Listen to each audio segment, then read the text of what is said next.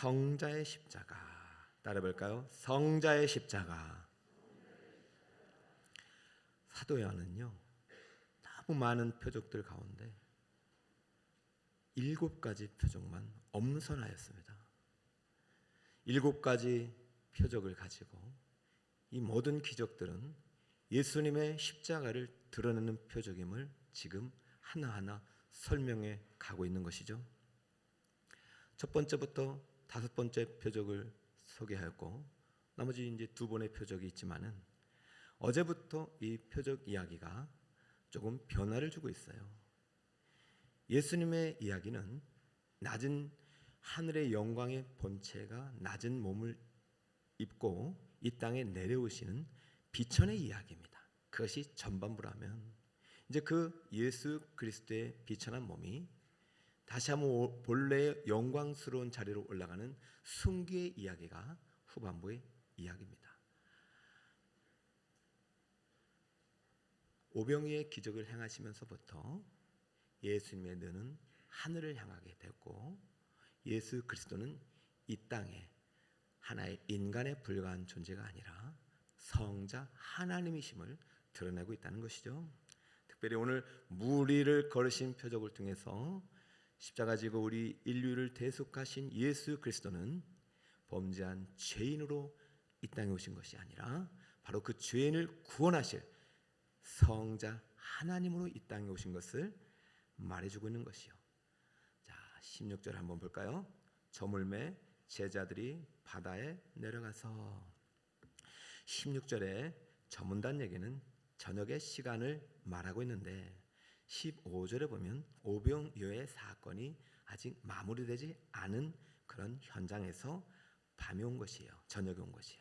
그러므로 5번째와 6번째, 4번째와 5번째의 표적은 긴밀하게 밀착되어 있어요.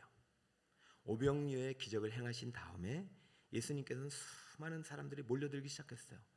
이제는 예수 그리스도가 아주 큰 뉴스거리가 됐고 큰 인기 스타가 됐어요.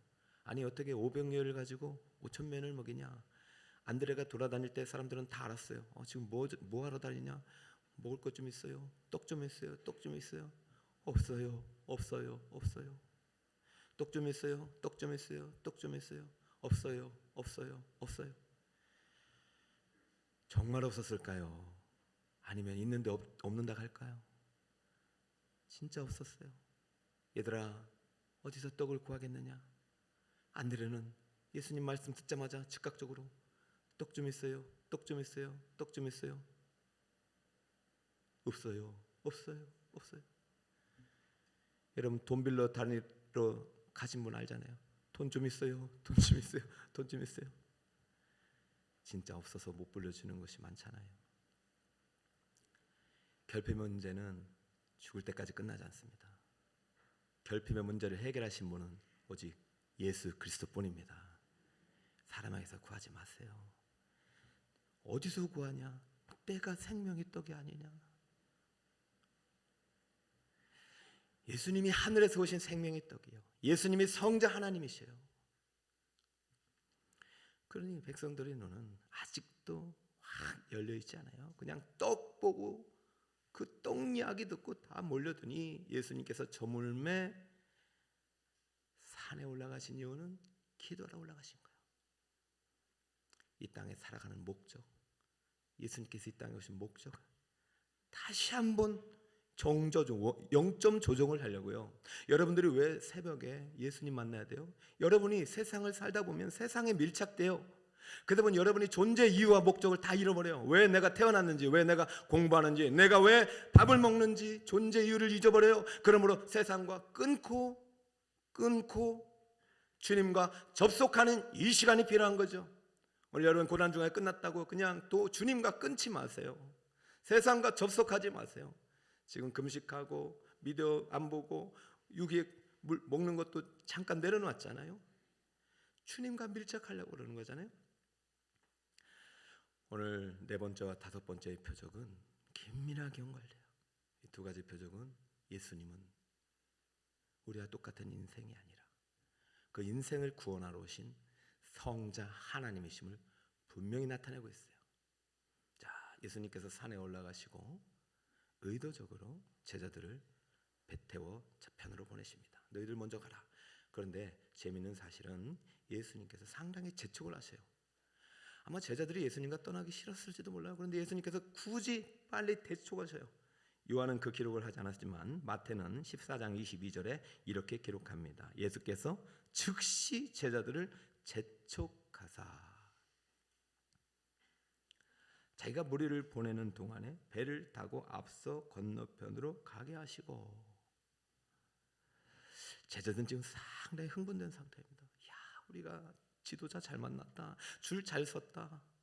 어떻게 500여로 5,000명을 먹이냐. 신이 났어요. 신이 났어요.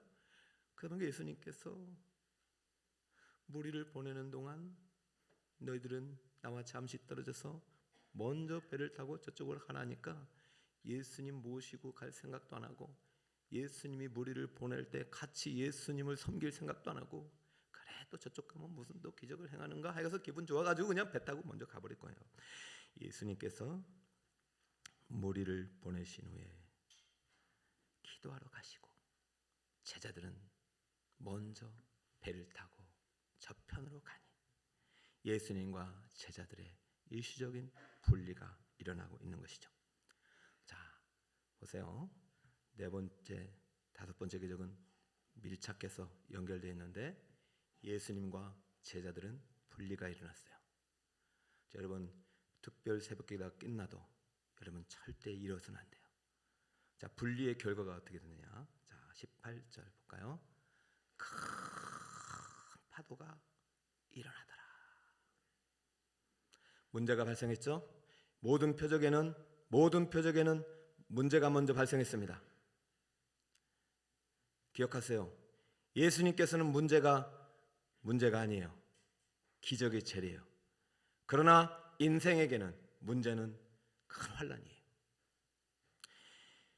여러분, 예수님과의 분리의 결과가 큰 파도처럼 다가와요. 여러분, 그러나 이것은 예수님과의 분리의 결과가 아니라 우리의 인생은 언제라도 큰 파도가 일어날 수 있다는 사실을 기억해야 합니다.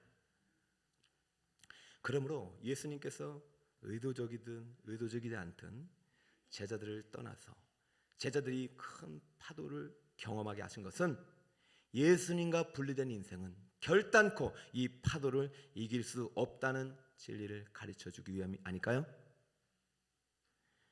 여러분, 예수님 없이 살아갈 수 없는 존재임을 깨닫고 계십니까? 예수님과 분리돼서는 안 된다는 그 절대 진리를 붙잡고 있습니까? 주의 손에 내 손을, 주의 발에 내 발을 포개고 계십니까? 그렇다면 큰 파도가 일어나도 두려워하지 마시기 바랍니다. 문제는 큰 파도가 아니에요. 예수님과 분리된 채 살아가고 있는 내 자신이고, 더 큰 문제는 예수님이 파도의 현장 속에서 나와 함께 계심에도 불구하고 그 예수님을 보지 못하는 나의 영적인 무지지. 결단코 파도는 여러분에게 문제가 될 수가 없습니다.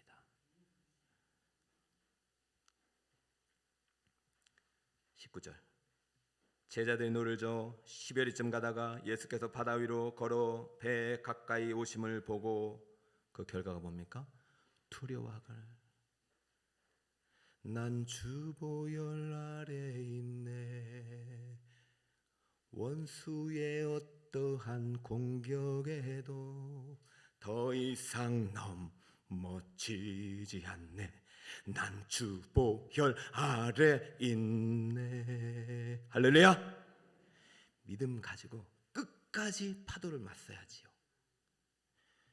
성전에서는 믿음으로 노래를 불렀지만 파도 앞에서는 이 믿음이 분리된 상태로 살아가면 저 파도가 나를 죽일 것 같아. 저 세상이 나를 몰살시킬 것 같아. 거대한 파도가 나를 누르고 있어. 사랑하는 여러분, 어떠한 순간에도 주님은 여러분을 떠나지 않습니다. 저는 의도적으로 예수님께서 분리시켰다고 봐요. 너희들이 내 없는 인생이 어떠한지를 깨닫게 하시고 나 없이 살아갈 수 없음을. 주님은 그 10여리쯤 됐어요. 이 거리가 19절을 보니까 12열이가 되면 어떤 이야기입니까? 십리도 못 가서 발병 난다고 그러잖아요. 예수님 없이 십리도 못 가가지고 지금 문제가 생겼잖아요. 4에서 5km 정도 됩니다. 근데 갈릴리 바다가 10km 되거든요. 지금 여기에서 사실 이제 다른 공간 복음을 보면은 저녁 9시부터 해질 무렵 9시부터 새벽 4경이에요. 그래서 새벽 3시, 6시니까 거의 8시간, 9시간을 10km면요 충분히 갈 수 있는 거리예요. 얼마 안 걸려요. 저희도 가보잖아요. 갈릴리 바다 가보면 얼마 안 걸려요. 배 타고 가면은 사실. 근데 중간에서 못 가는 거예요. 선우를 줘도 못 가는 거예요. 여러분 인생도 이러한 난관에 언제든지 부딪힐 수 있어요. 문제는 파도가 아니에요. 문제는 파도가 아니에요. 예수님과 분리해요. 더 큰 문제는 뭐예요? 내 안에 예수님이 계심에도 불구하고 그 예수님을 알아보지 못하는 영적인 무지가 더 큰 문제입니다. 예수님이 찾아오셨어요. 제자들은 어떻게 하고 있어요? 두려워하고 있어요. 심지어 마가의 증언을 볼까요? 6장 49절 제자들이 그가 바다 위로 걸어오심을 보고 무엇이라고 소리치고 있어요? 요정이다. 살다 살다 예수님 보고 귀신이라고 하는 그런 성도들이 참 다 있네요. 여러분 예수님 보고 유령이다 하신 적 있어요? 회개하시기 바랍니다. 예수님은 유령이 아니세요. 예수님은 살아계신 하나님의 아들이십니다. 할렐루야. 환경을 탓하지 마세요. 여러분의 믿음 없음을 탓하세요. 문제는 파도가 아닙니다. 주님과의 분리입니다. 주님이 오셨어요. 그런데도 두려워하고 있어요. 이것이 우리들의 모습이에요. 오늘 이것을 뛰어넘읍시다. 오늘 이것을 돌파해냅시다. 주님께서 먹이시고 입히십니다. 그것이 오병이어의 표적이에요. 주님이 무리를 걸어오셨습니다. 기적입니까? 아니요. 사도 요한이 이제 깨달은 거예요. 마태, 마가가 이 사건을 같이 기록했는데 상당히 상세히 놀랍게 기록해놨어요. 그러나 요한은 상당히 압축시켰어요. 파도가 문제가 아니라는 것을 알았어요. 무리를 걷는 것은 인간에게 있어서는 기적이지만 예수님에게서는 기적이 아니죠. 표적이죠. 내가 하나님의 아들을 나타낸 표적이죠. 여러분은 더 이상 육의 존재가 아닙니다. 영의 존재. 육의 존재로 살아갈 때는 이것이 기적이지만 하나님의 자녀로 살아갈 때 이것은 기적이 아닌 것이에요. 그럼 믿는 자들에게는 기적이 일상이 되는 줄 믿으시기 바랍니다. 여러분 돌파해내세요. 여러분 동료들과 경쟁하지 마세요. 베데스다 연못에서 다른 사람 먼저 들어가게 놔두세요. 내겐 누가 있습니까? 예수님이 있어요. 영원한 베데스다가 계신 예수님이 내 안에 계신데 다른 사람 1등하게 놔두세요. 다른 사람 먼저 들어가게 놔두세요. 내겐 예수님이 계시잖아요. 영적인 돌파가 일어나야 됩니다. 하늘이 열립니다. 우리 안에 계신 분은 인생이 아니에요. 인자가 아니에요. 본래는 내 대신 인자가 되신 것이지 그분은 성자예요. 오늘 이 두 가지 사건을 밀착시킨 것, 오병이어와 무리를 걸으신 사건을 밀착시킨 것은 예수님이 하늘에서 내려오신 생명의 떡이고 우리의 육의 문제를 해결해 주실 뿐만 아니라 그분은 무리를 걸어가신 진정한 우리의 영원한 구주, 영원한 하나님, 영원한 주인이 되심을 알려주시는 것이에요. 자, 출애굽 사건과 이 무리를 걸으신 사건은 예수님께서 누구신지 정확하게 보여주는 주님의 예표적인 사건입니다. 자, 모세의 출애굽 사건을 볼까요? 모세는 인자예요. 사람이에요. 유월절을 통해서 구원을 받죠. 광야에서 만나와 메추라기를 먹어요. 그리고 바다 한 가운데를 예수님께 하나님께서 걷게 하시는 사건을 출애굽 사건을 통해서 보여줘요. 자, 그렇다면 예수님께서 지금 요한복음을 통해서 사도 요한은 예수님을 제2의 출애굽하신 성자로 표현하고 있죠. 지금 계속해서 유월절 사건을 통해서 이 표적과 연결시키고 있죠. 만나 맺추러 가게 아니라 하늘의 생명의 떡으로서 오신 예수 그리스도의 떡과 물고기가 변화되는 5천 명을 먹이는 기적을 행하셨죠. 그리고 지금 어디를 걸어오고 계셔요? 바다 위를 걸어오고 계세요. 차원이 다르죠. 여러분 지금 차원이 다른 이야기를 쓰고 계시죠. 이 바다 위를 누구도 걷냐면 베드로로 걸어요. 예수님에게는 인간에게는 기적일지 몰라도 예수님께는 기적이 아닙니다. 여러분의 일상에도 바다 위를 걸어가신 예수님과 함께 여러분의 일상에도 이러한 기적이 표적처럼 나타나시길 축복합니다. 모세는 인자지만 예수님은 성자란 말이죠. 육적 이스라엘을 위한 표적이 아닙니다.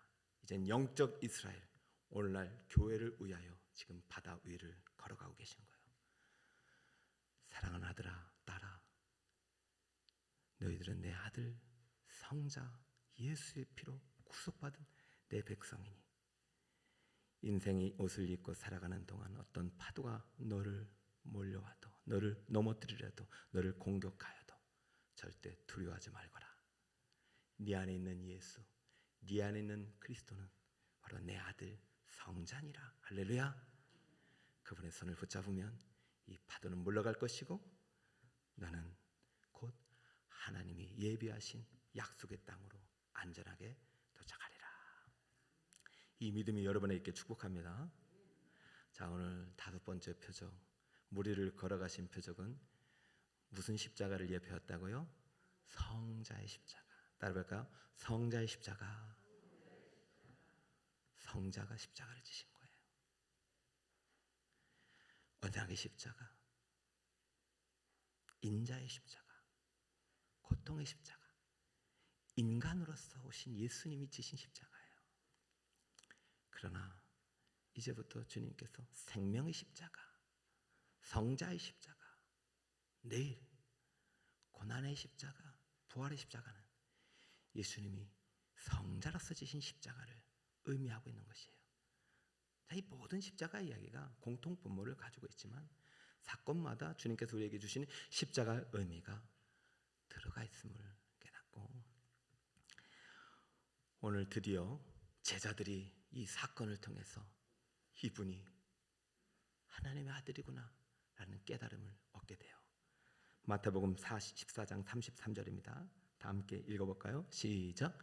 배에 있는 사람들이 예수께 절하여 이르되 진실로 하나님의 아들이로소이다 하더라. 할렐루야. 여러분 재밌죠? 첫 번째 광풍이 있었어요. 초창기에. 두 번째 지금 파도 광풍이 있었어요. 첫 번째는 저가 뉘기에 라고 했어요. 그때 거라사 귀신들이 얘기했어요. 하나님의 아들이요. 이 상태에서 오병이의 기적을 경험하고 두 번째 광풍을 만났을 때는 드디어 이분이 하나님의 아들이시구나. 할렐루야. 여러분 안에 계신 분이 하나님의 아들이신 줄 믿으시기 바랍니다. 성자 예수께서 나를 위해 대속의 피를 흘렸음을 믿으시기 바랍니다. 그러나 우리의 구원은 완전한 것이요 안전한 것이요. 어떤 파도가 밀려와도 땅이 흔들려 산이 바다 가운데 빠질지라도 절대로 두려워하지 마세요. 걱정하지 마세요. 주님 손 붙잡고 오늘도 믿음으로 하나님께서 예비하신 땅으로, 약속의 땅으로, 축복의 미래로 주님과 함께 걸어가시는 여러분이 되시기를 축복합니다. 21절만 읽고 마칠게요. 이에 기뻐서. 여러분 잘 보세요. 기쁜 거는요 아직 파다 멈추지 않은 거예요. 영접하고 배가 멈췄거든요. 마태 마가는 그 사건이 더 중요했어요. 배가 파도가 멈춘 거, 환경이 더 중요해서. 그런데 요한은 더 이상 환경이 중요하지 않아요. 이제는 요한은 계시의 문이 열리고 묵시를 기록한 사람이죠. 더 이상 환경이 안 보여요. 이제 육적인 세계보다 영적 세계가 열리니까 이건 문제가 아니에요. 기뻐서 배로 영접하니 배는 곧 그들이 가려던 땅에 이르렀더라. 사도 요한에게는 큰 파도가 아무런 문제가 되지 않는 인생이 되어버렸어요. 동남풍아 알아 서북풍아 불어라. 나는 예수 그리스도의 십자가 붙잡고 믿음으로 전진하노라. 할렐루야. 여러분의 믿음이 다시 한번 성자 예수님의 십자가 앞에 더 밀착되어 이 땅이 아니라 저 하늘의 영광을 위하여 살아가는 복된 인생 되시기를 축복합니다. 우리 성도 예수님이 지신 그 십자가 붙잡고 믿음으로 은혜의 보좌 앞에 나아가 여러분의 기도가 주님 앞에 상달되는 은혜의 시간 되시기를 축복합니다.